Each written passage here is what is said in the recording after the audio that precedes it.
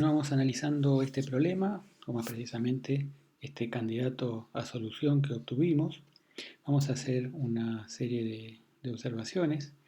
En primer lugar, siguiendo un paralelo con el problema anterior, nos podemos preguntar, bueno, si esto llegara a ser la solución, si esta es la única solución del problema. Y bueno, así como en dominios acotados tenemos principios del mínimo y el máximo para la ecuación de Laplace y la ecuación del calor, eh, en dominios no acotados, en ciertos casos, también tenemos una versión de esos principios que, como ya sabemos, implican las propiedades de continuidad y en particular la de unicidad. Así que si esta fuera esta expresión me diera una solución del problema, sería la única. En realidad hay que imponer para tener unicidad que la, la función u cuando x tiende a infinito se va a cero. Este tipo de condiciones para asegurar unicidad es prácticamente imprescindible.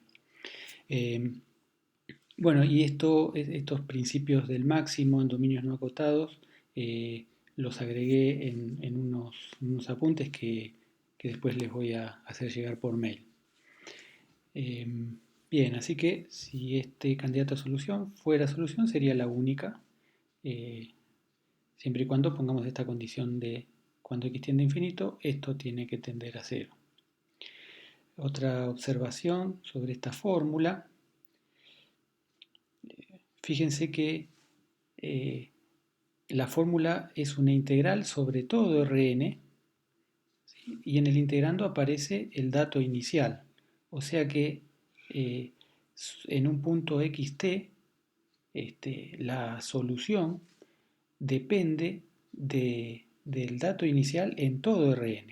O sea, supongamos que nos paramos en un x dado y consideramos un i muy alejado de x. Bueno, ese i influye en la solución porque está dentro de esta integral. O sea que lo que pasó inicialmente eh, en una posición muy alejada de x influye inmediatamente sobre lo que pasa en x a un tiempo t finito.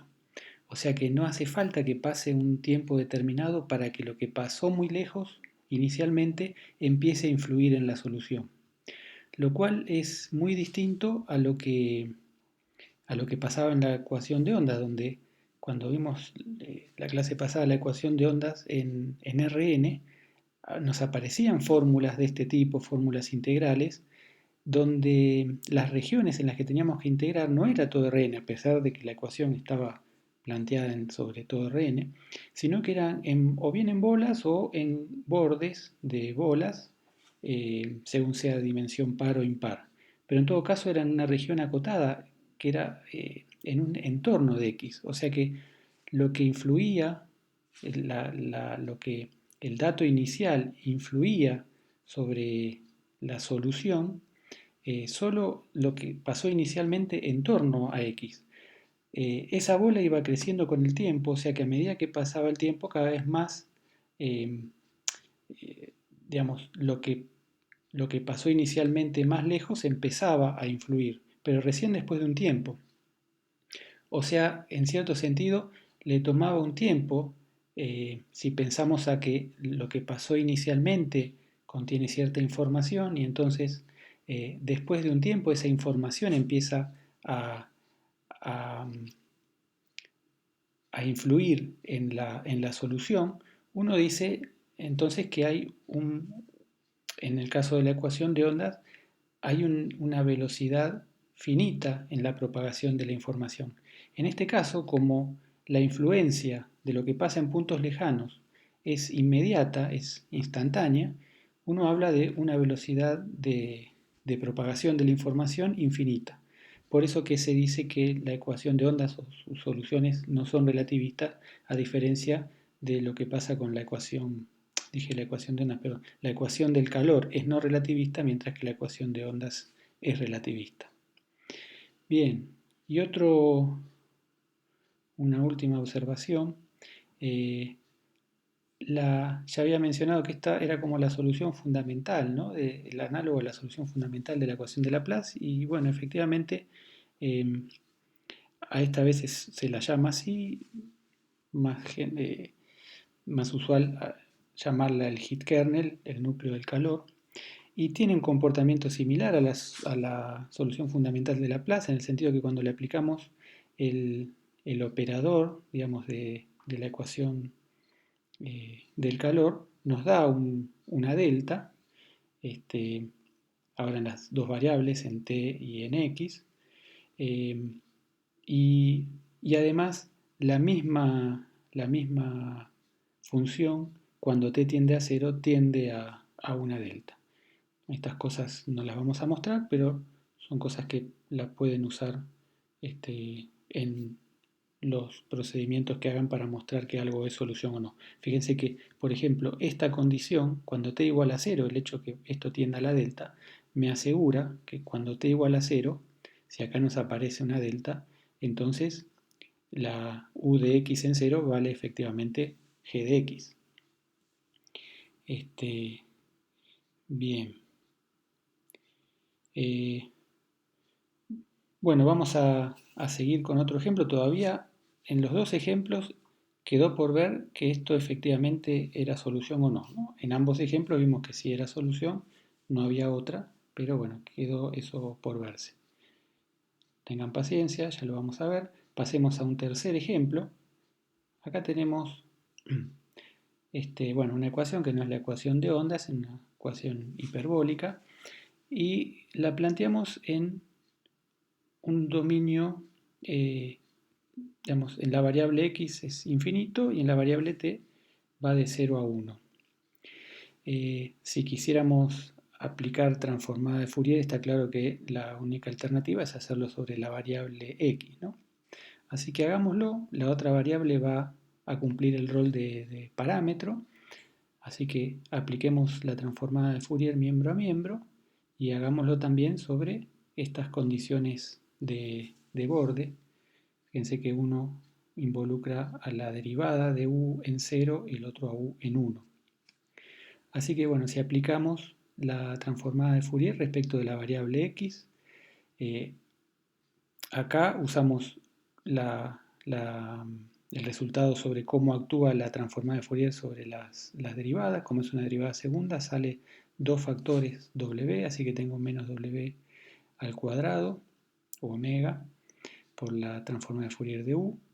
Y acá tendríamos que aplicar la transformada de Fourier a la segunda derivada con respecto a t, así que suponemos que podemos, que es lo mismo, derivar, como esta es una variable sobre la cual no estoy transformando, que es lo mismo derivar primero y transformar después o viceversa. Así que la transformada de la derivada es la derivada de la transformada. Acá hay un t que no se nota bien. Y acá nos aparece directamente la transformada. Y después transformando esto me queda la derivada de la transformada en w0 y la transformada en x1. Esto es un 1. Y acá tenemos que poner la transformada de la gaussiana, que es la misma gaussiana. Esto lo van a hacer en la práctica. Y esto es una ecuación diferencial ordinaria en la variable t de segundo orden, y estas son condiciones iniciales de esa, bueno, una condición, digamos condiciones de borde, ¿sí? Porque esto es en 0, pero esto es 1, así que son condiciones de borde.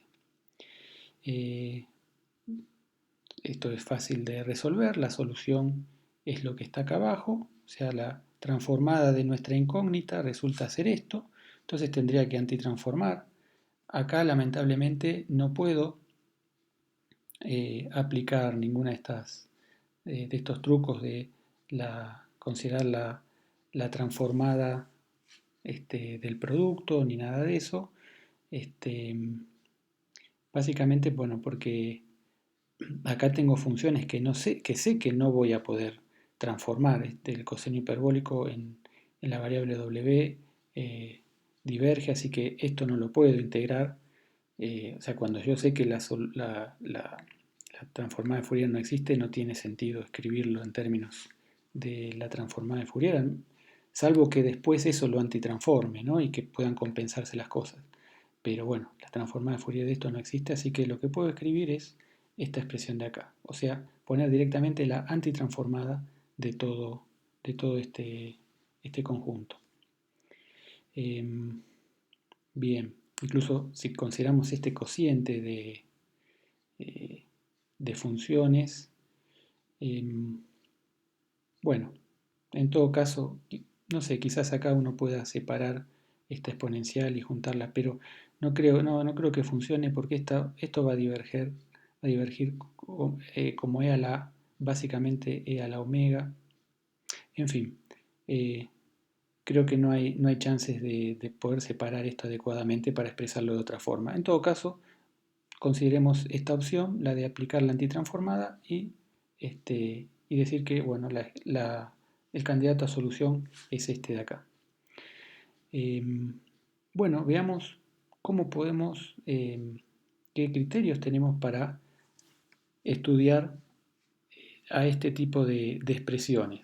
En todos los casos, fíjense que a lo que llegamos fueron a candidatos a solución de la forma de una integral donde, bueno, aparecían las variables de la incógnita eran x y t, el integrando dependía de esas variables, como en este caso aparece el x y el t, y además una variable de integración, que vamos a llamar z. En este caso me aparece la variable w, en este caso la variable i, ¿no? O sea que llamémosle z. Y bueno, básicamente los criterios que voy a presentar son el análogo a los que ya vimos para series. El primero es que si el integrando lo podemos acotar por una función L1, fíjense, el integrando que depende de x, t y z, lo podemos acotar por una función que solo depende de z, que viva en L1, entonces podemos asegurar que la integral existe, o sea que existe esta integral que uno la ve como un límite, y además esa función u es continua en sus variables x y t. Este es el análogo al criterio de Weierstrass, ¿no? Donde acá este sería el término general de la serie, que estamos diciendo que se puede acotar por una sucesión cuya suma sea convergente. Eso es lo que dice el criterio de Weierstrass. Y esto me dice que puedo acotar el integrando por una función cuya integral, que sería la suma, es convergente. Así que básicamente es la misma idea, y también es la misma idea para saber si esto es derivable. O sea, si dado x0, t0 existe un r, o sea, existe una bola de radio r, en torno a la cual las derivadas del integrando, tomando módulo, las derivadas con respecto a las variables x y t, si esas derivadas las podemos acotar por una función, acá debería decir z, podemos acotar por una función que sea L1, para todo xt en esa bola la podemos acotar por una función L1. Y eso lo podemos hacer para derivadas a lo sumo de orden k. Entonces, la función u, bajo esas condiciones, o sea, si pasa eso dentro de una bola, nada más, entonces la función u es clase sk y las derivadas de u se pueden escribir como la integral de la derivada de f. O sea, podemos intercambiar la derivada por la integral. Y eso es exactamente el análogo, digamos, de lo que tenemos para series que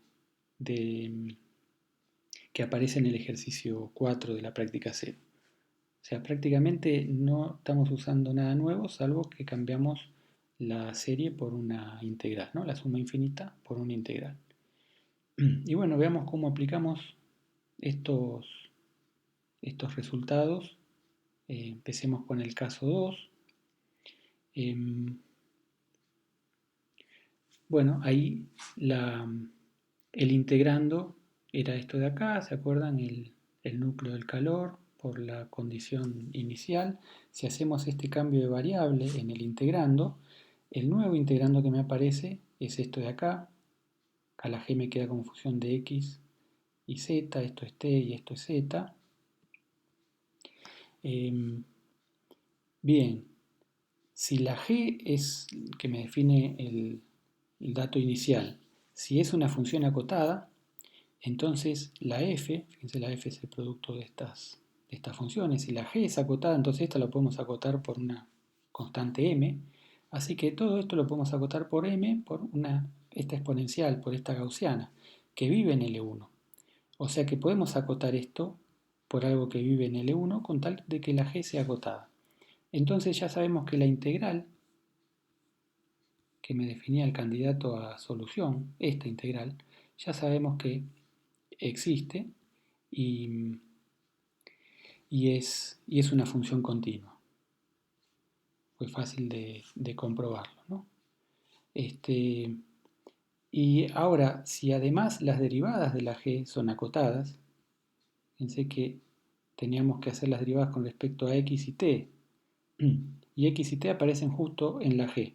Así que si las derivadas de la g son acotadas, como al derivar esto respecto de x y t es básicamente derivar la g, entonces si esas derivadas de la g las puedo acotar, las derivadas de la f la puedo acotar por una constante con la cual puedo acotar las derivadas de la g y de nuevo por la gaussiana.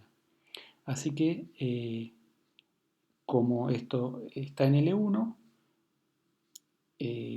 entonces según el punto 2 que vimos arriba, la u es infinito y la derivada de la u eh, la puedo calcular derivando el integrando.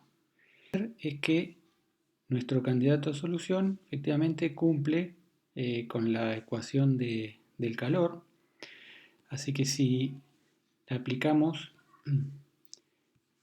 a U el operador de la ecuación del calor, sería aplicarle a esta integral ese operador. Por lo que acabamos de ver, podemos pasar el operador para adentro y se lo aplicamos como el operador actúa sobre las variables x y t. Es cuestión de comprobar que esto cumple con la ecuación del calor y bueno, es cuestión de verificar que eso sucede. En términos, si quieren, de esta expresión, fíjense que cuando t es mayor que 0, porque uno le pide a la función que cumpla la ecuación de calor cuando t es mayor que 0 y x en Rn, ¿no? Cuando t es mayor que 0, acá la delta vale 0, ¿no? Porque es distinta de 0 cuando t es igual a 0 y cuando x es igual a 0, pero fuera de t igual a 0, esto vale 0. Así que por ese lado también vemos que esto es solución de la ecuación del calor. La condición inicial ya la analizamos mirando este comportamiento de la solución fundamental. Así que, bueno, con esto probamos que, que si la G es acotada, estamos probando que ese candidato a solución es solución y es solución clásica. Ahora, notemos lo siguiente, y por esto es importante que no prestemos atención a las condiciones que aparecen en los teoremas sobre existencia de transformada de Fourier, la condición para que la transformada sea su inversa sea la antitransformada, todo ese tipo de cosas no, no conviene prestar atención porque, fíjense, si G fuera constante, ¿sí? Si G fuera constante, sería una función acotada, y entonces esa fórmula que obtuvimos sería solución. Ahora, si G es constante, ni siquiera existe la transformada de Fourier. O sea que esos pasos que hicimos, de, bueno, transformamos G, después antitransformamos acá, eh, en fin, no tienen ningún sentido. Aún así, la fórmula a la cual llegamos es solución. Por eso que lo que conviene es aplicar estos procedimientos, proceder formalmente, suponiendo que todas las fórmulas son correctas y luego verificar si lo que obtuvimos es solución o no. Por supuesto que esto no es magia, sino que eh, si uno plantea todo esto en el marco de distribuciones, esos pasos sí están justificados y bueno, por eso que lo que obtenemos es una solución. Por último, consideremos el tercer ejemplo. Ahí el integrando estaría dado por esta función. O sea, para ver que la integral existe, tendríamos que ver si se puede acotar el integrando por una función L1. Y bueno, el módulo del integrando es exactamente esto. Coseno hiperbólico es una función creciente, así que eh, toma su valor máximo. Recuerden que el t iba entre 0 y 1, así que toma su valor máximo en 1. En ese caso esto vale 1. O sea que podemos acotar el integrando por una gaussiana y por lo tanto por una función L1. O sea que la función existe y es continua. Y después sus derivadas, las derivadas del integrando, fíjense que tengo que hacer derivada con respecto a x y a t. Solo cuando tomo, bueno, al hacer derivadas con respecto a x y a t a, eh, me van a, para cada derivada con respecto a x me baja un factor omega y para cada derivada con respecto a t también. En realidad me sale un factor 1 más omega cuadrado por raíz, pero esto es básicamente omega, ¿está bien? Si quieren para omega grande este, es omega, o por simplicidad no hace falta hacer eh, esa consideración. Por simplicidad escribamos esto como omega, o sea que por cada derivada, ya sea con respecto a x o respecto a t, me va a salir un factor omega, y acá me va a aparecer el seno o el coseno hiperbólico según cuántas veces haya derivado con respecto a t. De nuevo, tanto el seno y el coseno son crecientes, el valor máximo lo alcanzan cuando t es igual a 1. Si estamos con el coseno esto vale 1 y si estamos con el seno esto va a ser algo menor que 1, así que en ambos casos lo podemos acotar por esto de acá, que es una función L1. ¿Sí? La gaussiana le gana, digamos, a todo polinomio en el sentido de que eh, estas cosas dan lugar a integrales convergentes. Bueno, eso era todo lo que quería contar.